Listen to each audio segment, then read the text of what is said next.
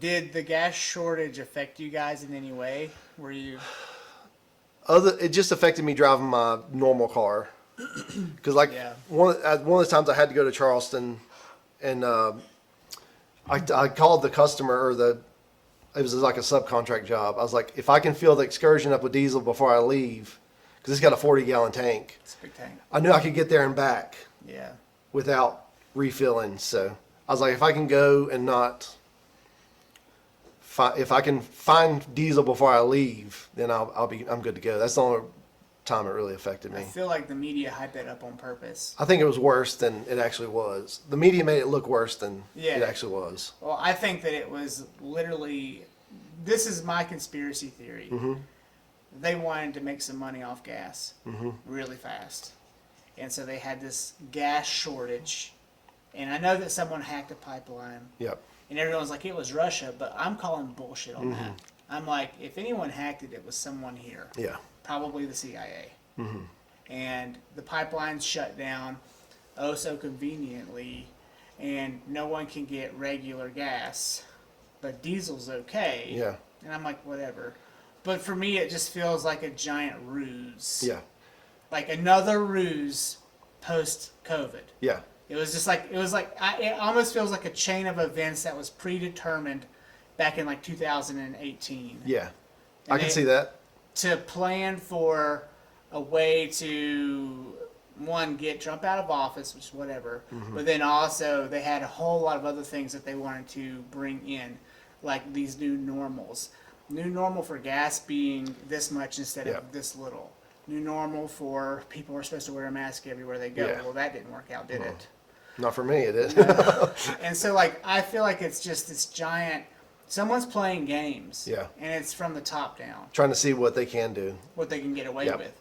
And I think I'm a xenophobic to China. And I'm being honest about this. I want to talk with you guys about it. Okay. All right. The other day, I'm riding my bicycle to Ridgecrest, and there's this short brown man in a police uniform with his back to me, and he's letting people into the Ridgecrest Center. There's like a church there, and I'm like, I thought he was Asian. I thought he was Chinese, and I was like, what the fuck? And he turns around, he's just like a Sicilian guy, and I'm like, oh. And so I feel like I might be racist. Yeah. That's super racist, man. Yeah. And so, like, at least I'm acknowledging it, right? But now what are you going to do about it? But nothing. Well, nothing. You're like, I'm going to keep being racist, bro. No. I think it's a good look for me. What I'm going to do is I'm going to tell you what my fears are. Okay. My fears are, because in our last episode we talked about how China can never enslave us, but they can buy us.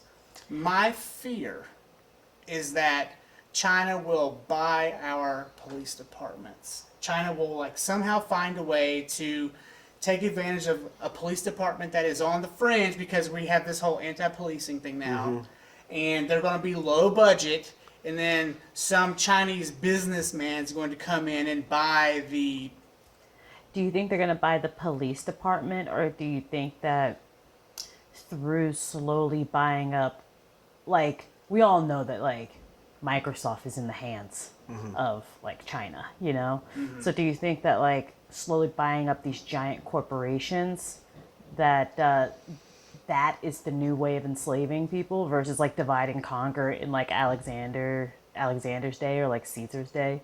We are now dividing and conquering through media. Well, there's a more passive-aggressive way to own someone now. Well, it's not passive-aggressive at all, right? It's like aggressively buying all of their things. Yeah, but you're not going in and killing them. No, exactly. But you're killing their spirit, right? And like what slowly making people dependent on all their needs on you is another way to like enslave another person. Do you feel that? Do you feel like that, or a little bit? What do you think? I think some people are trying to do that. Yes. When you say some people, do you mean corporations or do you mean like China? I mean, I don't know if it's we're already in it. We're already super flagrant. Might as well go ahead and say it. I don't know if it's... Sorry. No. But like you see it... No, you see it with a bunch of different corporations, though. Like, even the company I used to work for, they're trying to buy up every sign supply company. I think we're almost trying to get to a monopoly. But they're illegal in America. for now. Yeah, for now, until you pay off the right, They're illegal. till you pay Right, off the yeah. right politician. Or as long as you are in cahoots with another company, you have an Yeah. oligopoly. Yeah. You know. And I think, and you see that with everything, like even in the car world, like Holley's buying up everything. Holley, they used to be Holley carburetors, Okay. but now they just bought out Detroit Speed, which is a local company in Mooresville. Mm-hmm. They bought them out just so they have their technology. Well, I've said this on another podcast, but I want to talk to you about it because you are a car head. You're a gear guy. Okay, so Tooele, Utah, 2015. Okay. 14, maybe 15. I'm out there running the track, doing the media, and all of a sudden, old man Miller Motorsports Park, he dies. Mm-hmm. It's left to his sons. His sons put it up for sale immediately because they don't want it. Yeah. Right? They're also rich white guys. Just they want more money than they do responsibility. Yeah. Right? And they know it's going to sell for a fuckload of money. Yeah. And so they put it on, and it was only on the market for like 3 months. And some Chinese businessman came out of nowhere and bought the whole property. Right? And then, they let them keep the motorsports park because it's, I guess, profitable. I don't know how. It didn't seem like it. There were no fans ever there except for the AMA event or the the off-road truck events. You'd see a lot of people there for that. Yeah. But it was always just like a wasteland, and people would go out there and burn their tires up on it, and it just looked like a giant succubus for cash. But some Chinese businessman bought it for, I don't know the amount. I'm sure we could look it up, but I don't care. And they just rebranded it Utah Motorsports Campus. Okay. But now that, let's call it 500 acres, but it's probably a lot more than that, is now owned by a Chinese corporation Yeah. in Utah, which is one of the most American places in the country. Yeah. They're like Texas. They're Republican, tried and true. All of them are. Some of them are even flying rebel flags. It's like that. Yeah. And you're in the Northwest. Where you're Yeah. But they're flying American flags, rebel flags, don't tread on me flags, and then the racetrack, their heart and soul of their lifeblood is owned by China. Yeah.